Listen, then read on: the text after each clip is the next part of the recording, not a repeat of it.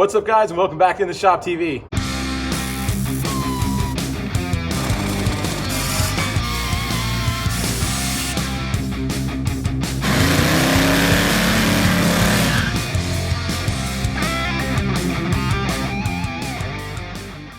Guys, if this is your first time on the channel, I've been building out a 55 Chevy truck into my Restomod project, and we've got some framework done, we've got a front end in, and we've just got our rear end all set up and mocked up, built some step notches, and now we've got to strengthen our frame a little bit in the back. Right now, we're kind of progressing to the point where we're going to get this into a roller, or at least I'm hoping to get it into a roller really soon.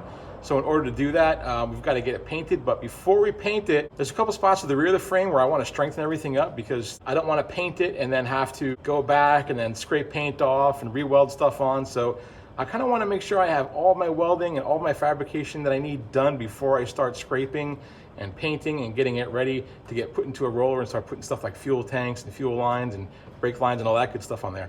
So today is all about frame strengthening. All right, guys, so when I build a car or restore a car, whatever you want to call it, I like to kind of break it down into phases. In phase one, I have what I call disassemble and see, which is basically just disassembling everything, getting the body off the frame, and checking to see what you got. Do we have rust? Does the frame need repair? If the frame does need repair, this vehicle did. We had a little bit of a bend in the left frame rail in the front. So I broke out the hydraulic ram and kind of bent that left frame rail out a little bit until I got it straight again. The driver's side frame rail had a couple of gashes in it right at the front where the bumper mounts to it. And I just cut a new piece of metal, got that fitted and welded in, came out pretty good. And the top, there was a slight little cut that I welded up. Smoothed everything out, got it coated with some paint, and it looked pretty good. So that was it for the frame repair. Moving on to the front, we installed the Mustang 2 independent front suspension. We got some QA1 coilovers going, drilled and slotted rotors, and I kind of upgraded to Wilwood brake calipers. And it all came out really, really good. In the rear, we chopped our frame, did some C-notches, built the custom 4-link, and rebuilt our 48.8. All right, so back here at our step notches, if you notice, we've got this little bit of a gap right here where it meets up with this cross member. So for both sides, my plan is to cut a piece of angle iron that fits in here, that attaches to the step notch and to the cross member. I've retained the removability of this cross member with these rivets here. So I'm going to continue to that theme, and I'm going to have holes on this side of the angle iron that bolt to the cross member. We'll drill it out, but the other side will weld to this step notch here and solidify it as one piece of the frame. So I'm going to go ahead and measure our cross member, which appears to be about 3.5 inches. Let's go ahead and measure these out. I got my angle iron here. We'll measure 3 1/4. Because I don't want to go full 3.5 so they don't stick up at all. Remember, the edges of that cross member kind of rounded over.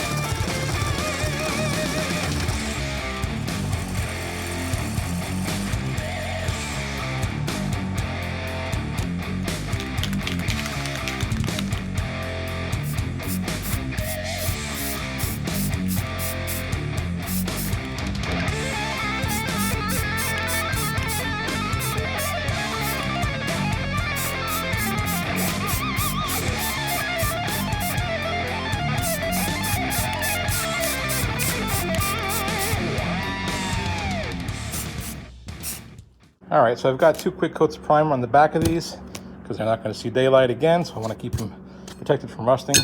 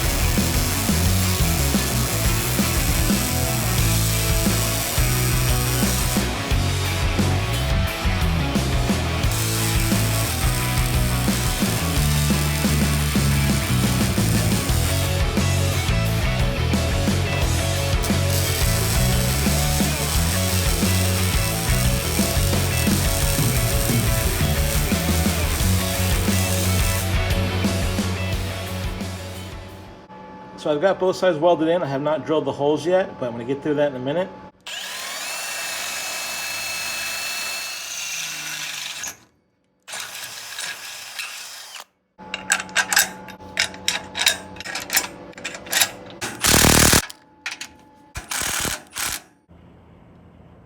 If you guys remember, I put a boxing plate on this side to mount my panhard bar bracket to.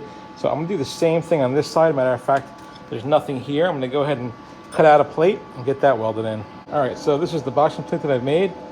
Right there in that spot. It matches the contour of the bottom of the frame, comes up back of that step notch, and it does come up just a little bit higher than the frame on this side. So I mounted the panhard bar bracket there. But I want to do the same thing on the other side because I'm thinking that I might want to run a rear sway bar, and this will give me a nice place to mount that to. All right, so our plate is nice and welded up on all sides. I left the spot cleaned over here because on the other side, I don't know if you guys remember, but I have a little bit of a gusset that goes right here.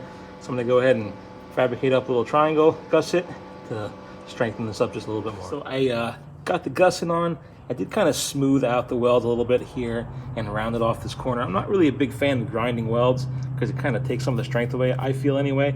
But in terms of, when you have something that's kind of sticking out that's on the corner, you might touch it. I don't know. I just like to have my corners smoothed out, but I think it looks pretty good and I'm happy with that. Well, oh, I look like shit. It's about 99 degrees outside today, and the shop is not the best insulated in the world, so we got Mr. Cool over here on turbo action, and it's keeping it so I don't roast, but it's not exactly icy cold in here, so a little warm and uncomfortable, but we got that done. I hate welding in the heat, but it is what it is, right? We got that done. It probably wasn't necessary to make those little brackets and weld it to the step plates and then to that back cross member, but it's, I like to sleep well at night, and it makes me feel good to have that anchored and solidified. You know what I mean? I prefer when things are right up here, even if it's more than I need to do over there. So it's really important to me. Anyway, we got that plate welded up on the side. We're fully boxed in. I think the only things we have left to do on this before we start getting this chassis and paint is we got to take the cab off the frame, put it off to the side. There's still 2 more spring perches on the back of this that I have to take off and get that all. They're a pain in the ass. I showed you guys videos before on popping rivets off.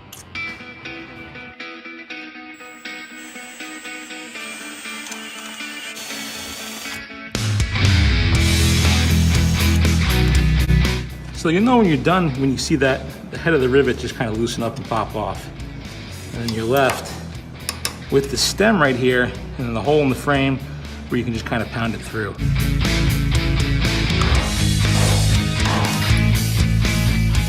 That's all there is to it.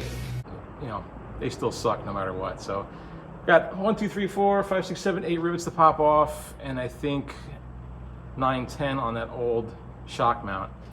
So 10 rivets to come off, and then everything will be off this frame. Get the cab off, we'll get it in paint. It's all coming up, guys. Anyway, thanks for watching. Thanks for being with me. I hope to catch you guys in the next video. If you haven't already, please like, comment, subscribe. Thanks for watching.